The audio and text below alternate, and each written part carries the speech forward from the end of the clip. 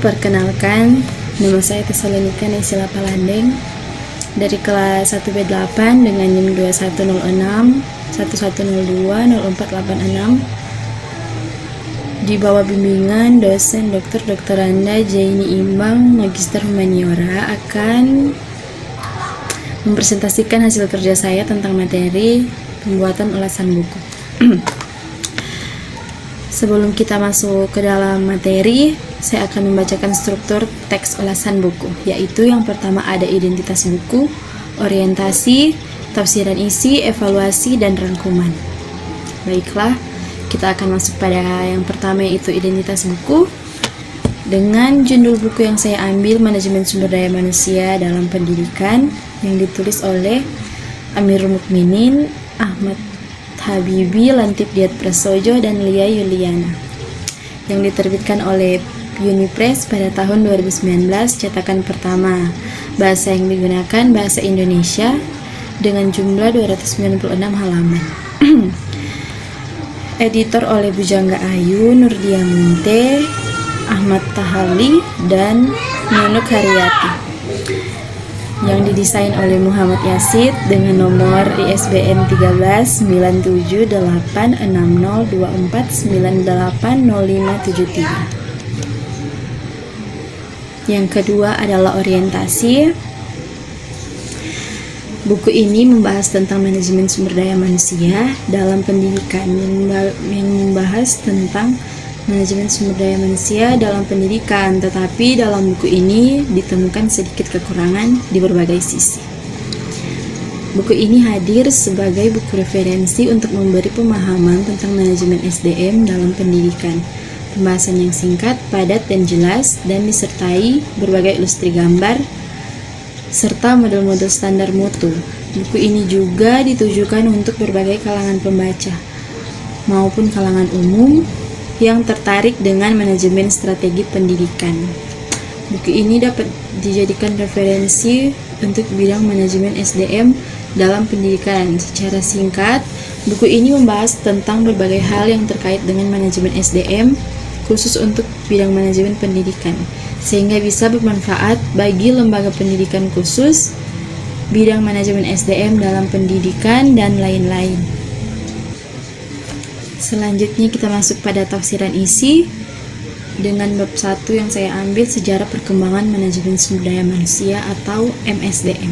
Seperti yang kita ketahui, keberadaan manusia selalu menjadi alasan utama dalam konsep-konsep manajemen secara umum. Hal ini muncul dari berbagai pandangan yang menempatkan manusia sebagai aset paling bernilai dalam pengelolaan dan pencapaian tujuan organisasi, baik melalui kerja individu maupun bersama-sama. Sejarah perkembangan MSDM tidak terlepas dari faktor hubungan sosial, ekonomi, politik, dan perkembangan industri yang secara efektif berpengaruh terhadap perbedaan dalam tahap perkembangan di setiap negara yang saat itu mendominasi, seperti Amerika Serikat, Inggris, dan Australia. Oleh karena itu, fokus utama sumber daya manusia atau SDM terletak pada bagaimana orang dikelola dalam organisasi, dengan fokus pada kebijakan dan sistem. Manajemen sumber daya manusia secara praktis sudah dilaksanakan dalam ragam bentuk untuk mencapai sebuah tujuan yang sama sejak peradaban manusia berlangsung. Aktivitas MSDM berawal dari tahun 1915